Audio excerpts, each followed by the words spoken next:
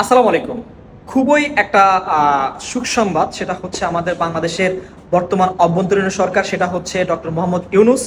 ওনার সম্পর্কে আমি কয়েকটা কথা বলতে চাই। সেটা হচ্ছে, আপনারা জানেন যে আমাদের বর্তমানে নোয়াখালী, ফেনী, লক্ষ্মীপুর সহ বাংলাদেশের দক্ষিণ পশ্চিম অঞ্চল যেই বন্যা কবলিত এলাকা, সেই এলাকায় অনেক মানুষ তাদের ভিটাবাড়ি হারিয়েছে। সেই ক্ষেত্রে আমরা দেখছি যে আমাদের বাংলাদেশের বর্তমান সরকার, বর্তমান অভ্যন্তরীণ সরকার ডক্টর মোহাম্মদ ইউনুস, উনি একটা কথাও বলেননি। আমার আজকে বাংলাদেশের প্রত্যেকটা মানুষের কাছে প্রশ্ন যে আমরা কাকে সরকার বানিয়েছি? বর্তমানে ডক্টর মোহাম্মদ ইউনুসকে আমরা সরকার বানিয়েছি?